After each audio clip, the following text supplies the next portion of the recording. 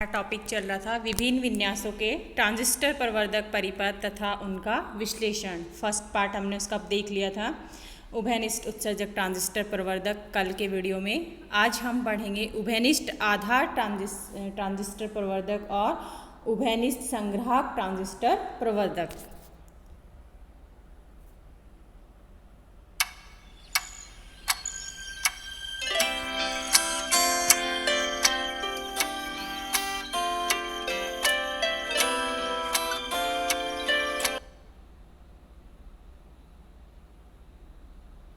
First part है हमारा common base transistor amplifier. Common base transistor amplifier लघु आयाम के साथ H प्राचल परिपथ हमने यहाँ पर बनाया है, जिसके हम प्रत्यावर्ती संकेत के साथ सर्किट डायग्राम को देख रहे हैं। यहाँ पर इनपुट सर्किट में हमने HIB यूज़ किया है, इनपुट करंट हमारी IE है, वोल्टेज यहाँ पर HRB V आउटपुट है, सोर्स वोल्टेज यहाँ पर VS है, कॉमन पार्ट हमारा बेस है तथा आउटपुट करंट IC है, करंट यहाँ पर HFB IE आउटपुट करंट, और वो जो आउटपुट हमें मिलेगा वो हमें मिलेगा लोड के सिरों पर। से रिलेटेड हम देखते हैं यहाँ पर धारा लाभ। धारा लाभ क्या होगा कॉमन बेस एम्पलीफायर ट्रांजिस्टर के लिए? यहाँ पर AIB इक्वल में IC upon IB, AIB equal में IC अपॉन IB। बहुत बार हम यहाँ पर इसे पॉजिटिव साइन में भी काउंट करते हैं। AIB इक्वल में HFB upon 1 plus H output B RL।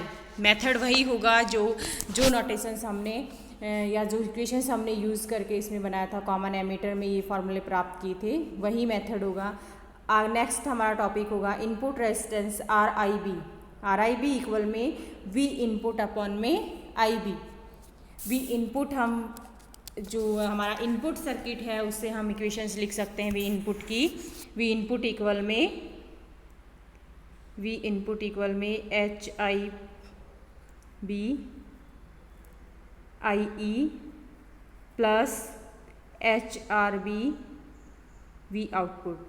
अगर हम इसमें IB से इसे डिवाइड कर देते हैं, IE से डिवाइड कर देते हैं तो इसमें से ये टर्म कैंसिल हो जाएगी, यानी फर्स्ट बचेगा HIB।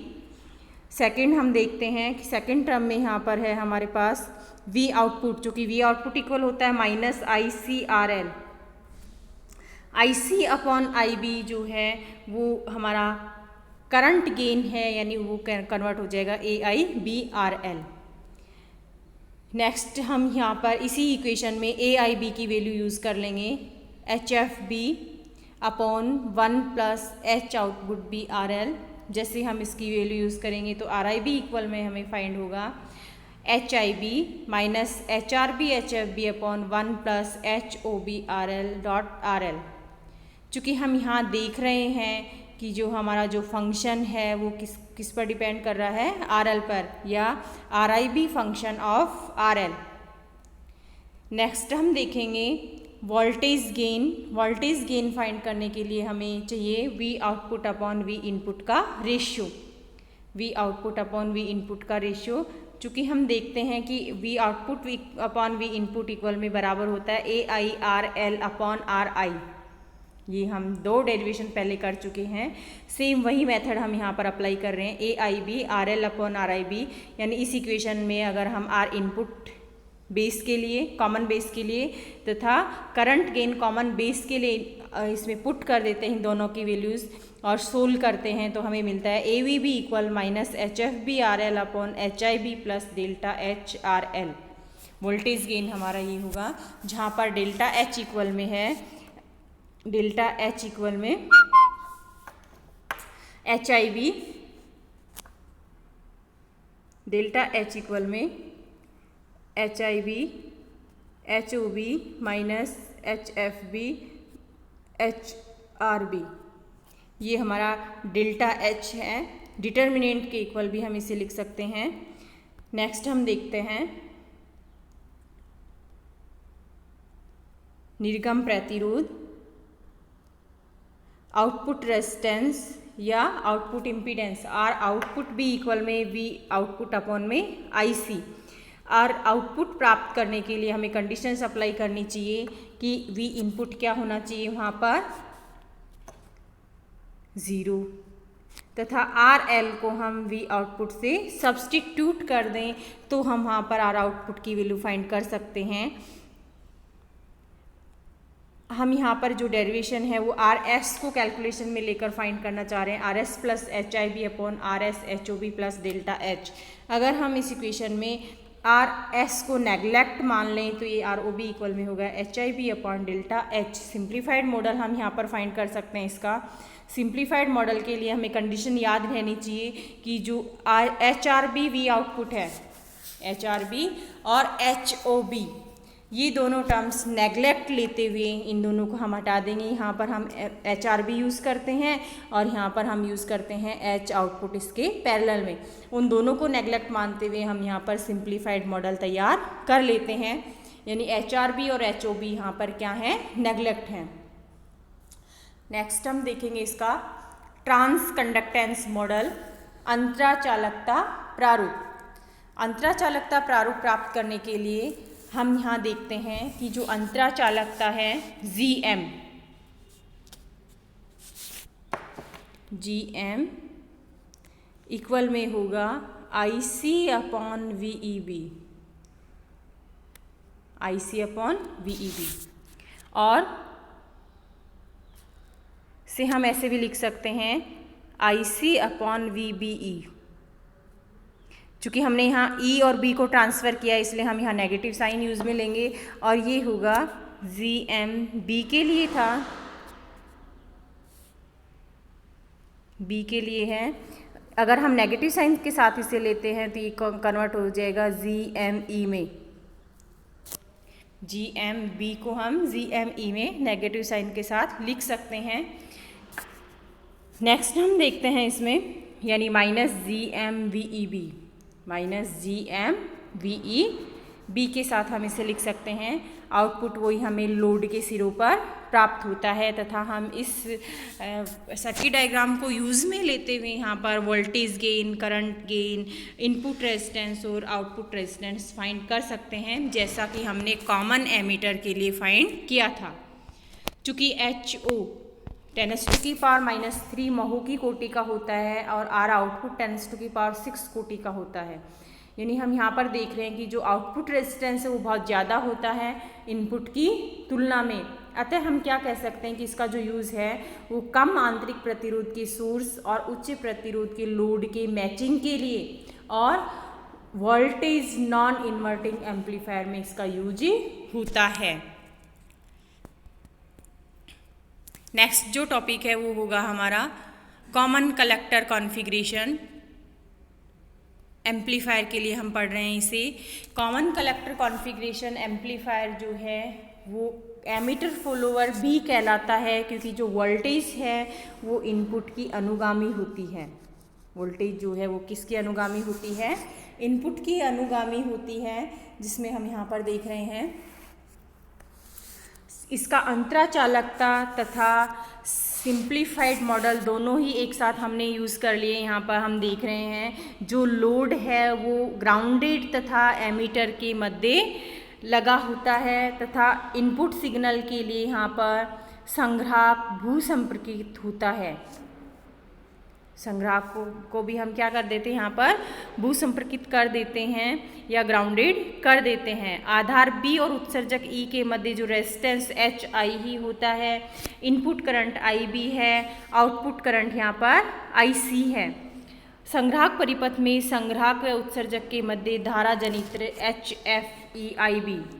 संग्राहक और उत्सर्जक कलेक्टर और एमीटर के मध्य जो अपना करंट जनरेटर होगा HFBIE है या GMVBE होगा। इसके लिए हम सेम वही रिलेशंस फाइंड कर सकते हैं। Input current AIC, input resistance RIC तथा अगर हम आउटपुट फाइंड करना चाहते हैं तो उसके लिए हम क्या करेंगे, V इनपुट को शून्य लेंगे तथा RL के सिरों पर हमें V आउटपुट प्राप्त होगा। ROC इक्वल में HIE RL upon HIE plus में RL। चूँकि हम यहाँ देखते हैं कि इसका इस प्रकार जो कॉमन कलेक्टर कॉन्फ़िगरेशन है वो कॉमन बेस का अपोजिट होता है, क्योंकि इसका इनपुट रेजिस्टेंस बहुत अधिक और आउटपुट रेजिस्टेंस बहुत ही कम होता है। अतः इसका यूज़ कहाँ करेंगे हम? उच्च आंतरिक प्रतिरोध के सोर्स से निम्न या कम प्रतिरोध के लोड के सुमेलन के लिए इसका यूज किया जाता है, तथा एमीटर फॉलोअर होने के कारण इसका यूनिटी गेन या बफर में भी यूज किया जाता है। यहाँ हम इन तीनों का कंपैरिजन देखते हैं कि HFE, HFB और 1+ HFB ये ज़्यादा होता है, यानी 33, -1 और -34। AV जो है वो -120, CB के लिए 120 और CC के लिए +1 होता है। ऐसे AP 3960 CE के लिए, CB के लिए 120 और CC के लिए 33। आर इनपुट जो है CE के लिए 1100, CB के लिए 32 और CC के लिए 1.33 × 10⁵ ओम। आर आउटपुट जो है कॉमन एमीटर के लिए होता है 62,500 ओम, कॉमन बेस के लिए 2.1 × 10⁶ ओम तथा इसके लिए कॉमन कलेक्टर के लिए होता है 860 ओम।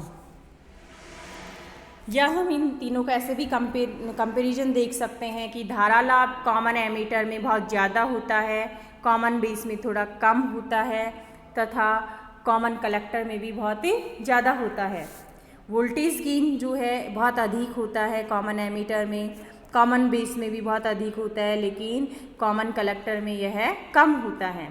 इनपुट रेजिस्टेंस या input impedance ZI common ammeter के लिए मीडियम वैल्यू होती है इसकी, कॉमन बेस के लिए लो होती है, कॉमन कलेक्टर के लिए हाई होती है।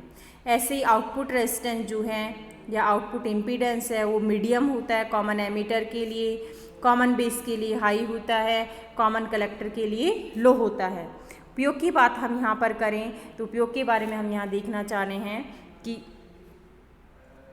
यह विन्यास यानी कॉमन एमीटर जो है सबसे ज़्यादा उपयोगी लिया जाता है, क्योंकि इसमें voltage current gain, voltage gain ये सभी और पावर गेन बहुत ज़्यादा होता है, यानी सभी अधिक प्राप्त होते हैं। निवेशी प्रतिबाधा कम होती है और निर्गम प्रतिबाधा भी कम होती है, यानी मीडियम साइज़ की होने के कारण या एक ही कोटि की होने के कारण इसका कैस्केडिंग में मैचिंग की कोई आवश्यकता नहीं होती है। ऐसे हम देखना चाहते हैं कॉमन बेस के लिए इसका जो उपयोग है प्रतिबाधा के सोर्स से, यानी कम प्रतिबाधा के सोर्स से उच्च प्रतिबाधा के लोड के सुमेलन के लिए नॉन इन्वर्टिंग एम्पलीफायर में यूज़ किया जाता है, और कांस्टेंट करंट सोर्स फाइंड करने के लिए भी इसका यूज़ किया जाता है। थर्ड जो है कॉमन कलेक्टर कॉन्फ़िगरेशन है, इसका उपयोग सामान्यतः उच्च प्रतिबाधा सोर्स तथा कम प्रतिबाधा के लोड के बीच बफर के लिए इसका यूज़ किया जाता है।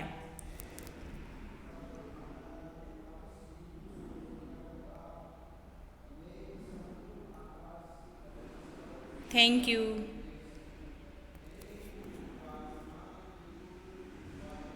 यहीं पर हमारा जो H प्राचल का जो टॉपिक है इन टॉपिक्स के साथ पूरा कंप्लीट होता है, यानी जो transistor amplifier common base, common collector, common ammeter से अगर कोई क्वेश्चन एग्जाम में पूछा जाता है इस टॉपिक से रिलेटेड तो वो बड़े क्वेश्चन में भी पूछा जा सकता है। एमीटर फॉलोवर जो सर्किट डायग्राम है वो हमारा 1 नंबर में भी एग्ज़ाम में पूछा जा सकता है, जिसका हमने यहाँ पर पढ़ा है, उससे पहले भी हमने इसके बारे में पढ़ा था। तथा इन्हीं टॉपिक से रिलेटेड कुछ न्यूमेरिकल क्वेश्चंस भी एग्ज़ाम में पूछे जा सकते हैं, जो अब हम आगे के वीडियो में सॉल्व करेंगे या फिर हम आगे के वीडियो में देखेंगे। यानी यहीं पर हमारा ट्रांजिस्टर एम्पलीफायर विद H प्राचल ये यहाँ पर ख़त्म होता है। नेक्स्ट वीडियो में हम यहाँ पर देखते हैं फीडबैक के बारे में पढ़ेंगे। फीडबैक एम्पलीफायर क्या होता है। उम्मीद है कि ये टॉपिक आपको समझ में आया होगा। अगर इस टॉपिक से रिलेटेड कोई भी क्वेरी हो या कोई भी प्रॉब्लम आपको आए तो आप कमेंट बॉक्स में कमेंट कर सकते हैं या फिर व्हाट्सएप ग्रुप पे पर्सनली आप पूछ सकते हैं, क्योंकि प्रॉब्लम जैसे ही सोल्व होगी या प्रॉब्लम जैसे सोल्व करेंगे तो कहीं ना कहीं उसमें फिर भी समझ में नहीं आता है तो हम यहाँ पर कमेंट बॉक्स में कमेंट भी कर सकते हैं या फिर व्हाट्सएप पे भी पूछ सकते हैं। Thank you.